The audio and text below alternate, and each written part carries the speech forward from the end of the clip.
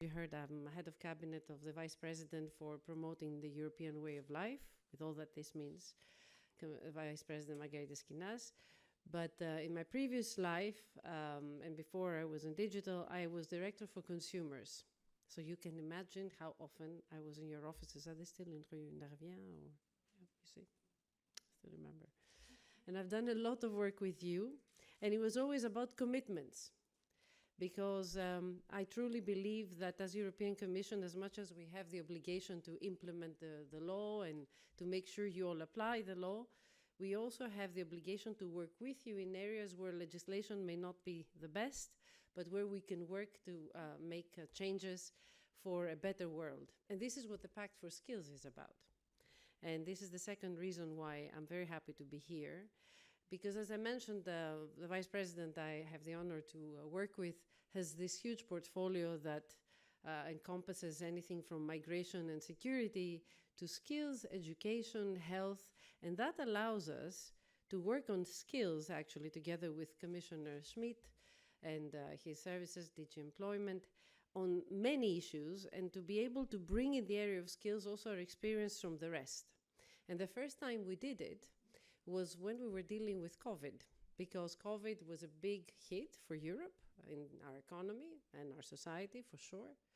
And this is when we came up with the Recovery and Resilience Fund, in which, for the first time, we ensured funds for skills. And we ensured that every single country plan would have something on skills. Because for us, it's not just about words, skills. There has to be action.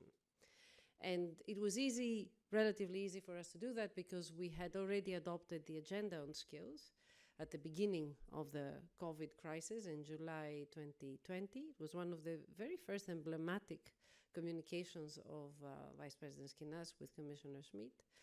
And we had a good solid basis, but we wanted to follow it up with the right opportunities at national level. And I think that's working because we make sure every time we approve payments that some of it goes to skills work. So I am particularly pleased to be with old friends and to discuss something that is relatively new, but that needs a push. And I'll come to this push during my few minutes of speech. Don't worry, it won't be long. So thank you for inviting us. Speaking about skills is extremely pertinent today because we are running against the clock to catch up with transitions, the digital transition, the green transition, running to catch up with an economic crisis, both because of COVID, but also because of the ongoing war that has put a strain on our businesses, on our society, and our economies. So it's very important that we have this discussion now. We are also experiencing in Europe for a while now, even before the crisis hit, rapid changes in the labor market, and people's qualifications and skills do not seem to match these changes. And this is the big challenge you have and that we have. I know that you represent a very big employer for European workforce. I think I saw in the study 1 in 7 people work in your sector in Europe, and I found that very, very impressive. And this is one more reason why we need to help. This is one more reason why we need to invest in the workforce, and this is what you're talking about today. We're not starting from scratch. 2 years ago, we adopted the skills agenda, which was more about upskilling and reskilling people. Skills in Europe is not really a problem because we're a highly educated society. We have people who go to university, we have people with technical qualifications. Education and skilling is part of our culture. But it is a little bit behind the times in Europe. This is the problem. This is why we launched the idea of a pact for skills, because as I mentioned, we believe it's not about a top-down approach. It is about working together. And the pact for skills was about putting together companies, regions, training providers, employment services, unions, and many others that have come together to identify which skills are needed and how they can help our citizens to obtain these skills. So far more than 1,000 members have signed up to the Pact for Skills that we launched in 2020, including Eurocommerce and Uni Europa, and I congratulate you for that already. Today, we have managed to put in place 12 large-scale partnerships within various skills ecosystems, various sectors, with commitments to train 6 million people. That's a very good start, and it is only a start. And it is with these large-scale partnerships that we will prove our continent against, that will proof our continent against the many challenges that we are facing. Now, more troubled waters ahead because of what we are experiencing in our economy, so we need to be prepared. And you seem, with your commitment today, to have anticipated the need to train and prepare your crews for all these challenges.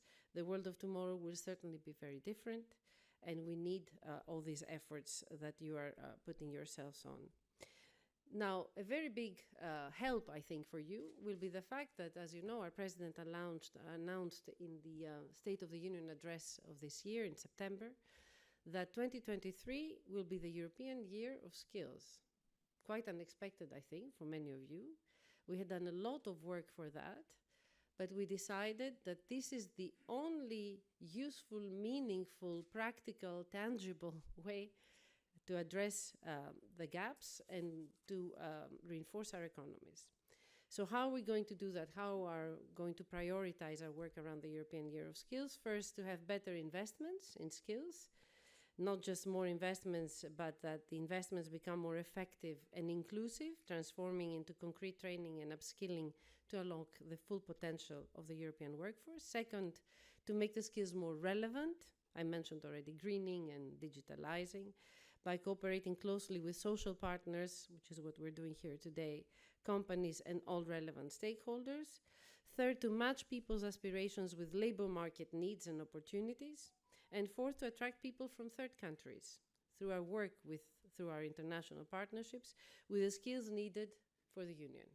We should not shy away from also importing skills and to do it in a meaningful way. And this is actually, I'm coming right now from a meeting on migration. Actually, my colleague Kuba Buratinsky, who is here, was with me, which shows you that we're taking a holistic approach. When we go to the countries with which we face certain migration challenges because we have intake of people, we don't want to create brain drains, but at the same time, if there are opportunities for skilled people to come to Europe, we need to welcome those and we need to invest in these people.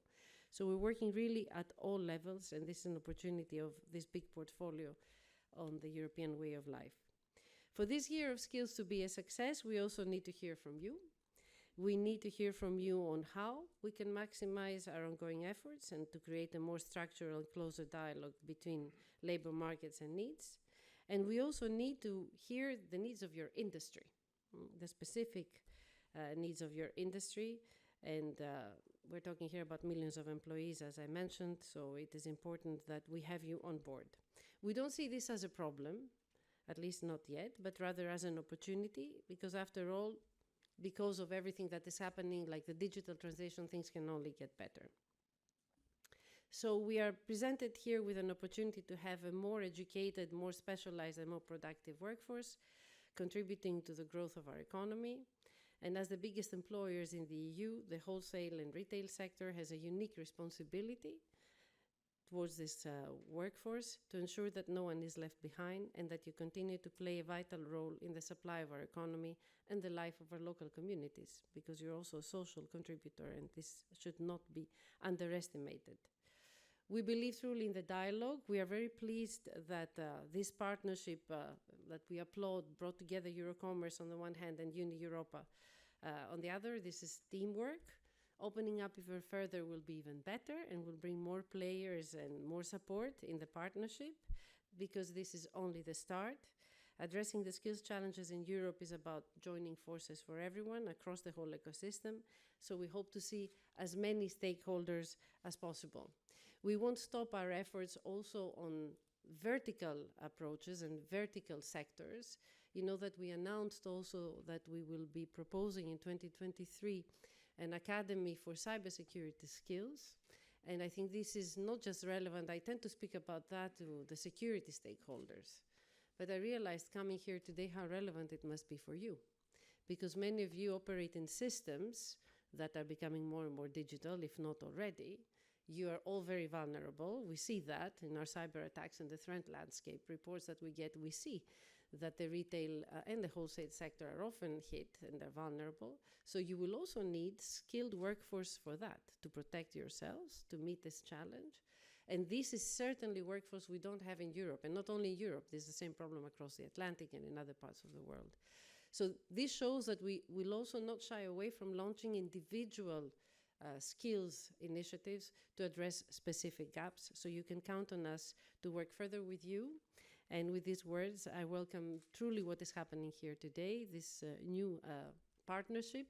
So I'm very happy and very honored to be assisting in this effort. Thank you very much.